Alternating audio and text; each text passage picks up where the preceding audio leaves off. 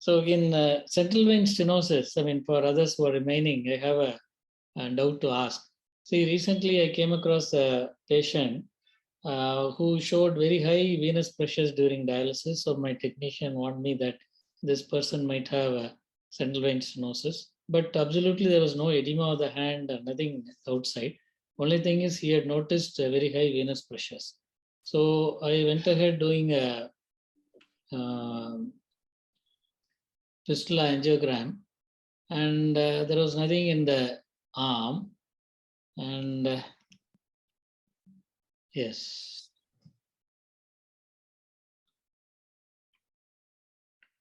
Yeah, this is the fistula angiogram.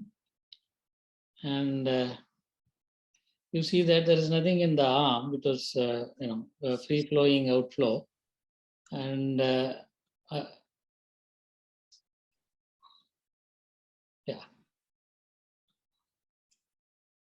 yeah, you see that there is stenosis in the subclavian, and further down also here you have a stenosis.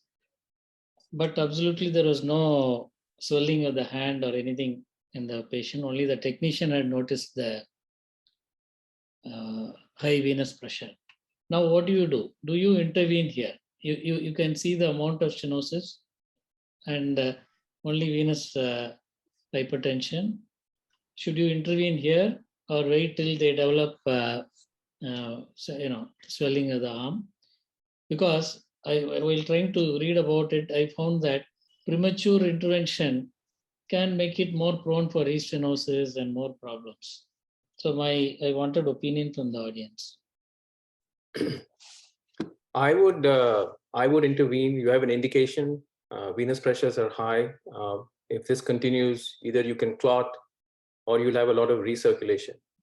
Between the two lesions, I would attack the subclavian and I would leave the brachiocephalic lesion alone and see what happens. The reason you're probably not having much flow is probably this fistula flow is not much to begin with. And maybe that's why you're not having sufficient pressures to cause arm swelling. That's my 2 cents. Yeah, what was your preference, Adrian? You will intervene? I would attack the subclavian lesion and I would leave the brachiocephalic more central alone. Because if you look at this, there are no collaterals. I'm not seeing any collaterals, or the image is short. We're not seeing collaterals to suggest sufficient pressure in the fistula itself. There are few, very tiny channels. Adrian, see this one. Yeah, I can. Yeah, but that's small. So it's telling small. Yeah, there is, but it's not sufficient. Yeah. So between the two, I would choose. Bala, this is radiocephalic or brachiocephalic? This is brachiocephalic. So what is the flow volume? There is very adequate flow. No, it's not clinically not a high flow fistula situation. Yeah. Only issue was the venous hypertension, and the technician was finding it difficult, whether backflow many times. So Adrian, could there be another way of just reducing the flow and whatever the existing stenosis is there will work? I say that again. Release the. No, reduce the flow if there is a high flow. Yeah. And leave the stenosis as it is. Will that work? Well, then there might come a point where it's so tight, this will continue. It will not stop. In my opinion, you can even clot the axis, right? Yeah, then that's always when you do Miller's procedure, that risk is always there. Well, I raise this point because in many literature there is a mention of do not intervene when there are no symptoms, because you are injuring the endothelium and you are unnecessarily making it make the stenosis go faster. You're right. You're right. Bala, can you just run the film and stop it when there is that stenosis? Yeah.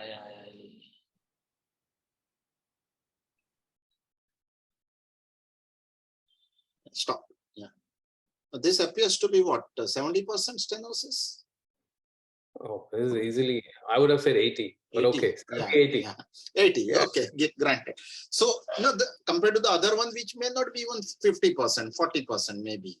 So, lesion which is say amounting to 80% near total occlusion will somewhere down the line give rise to trouble, isn't it? If not today, tomorrow.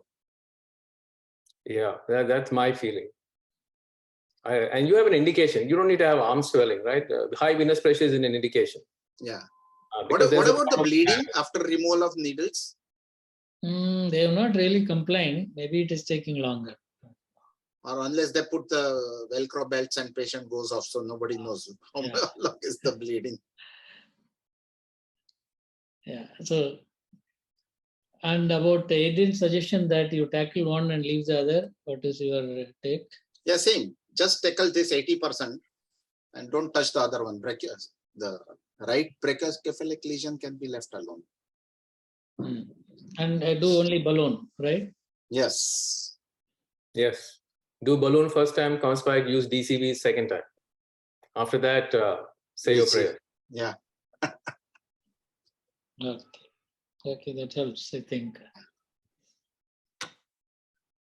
Right, friends, any other thing to be any short discussion on any other issues anybody wants to raise? If not, from the topics discussed today. Okay, if there aren't any, then I think we'll stop here. And let me thank Dr. Balla, Dr. Chandrasekhar, the speakers, Dr. Tushar and Will, and all the audience who joined today. And thank you once again till we meet next month. Thank you. Good night. Thank you, Dr. Thank you. Thank you. Good night to everybody and have a good weekend, Adrian. Oh, you too, Hemant. Yeah. Bye-bye, guys. Bye. Bye. Bye-bye. Bye. Yeah. Yeah, and yeah, Hemant, take care. Relax. Yeah. Rest. Okay. Bye. Bye.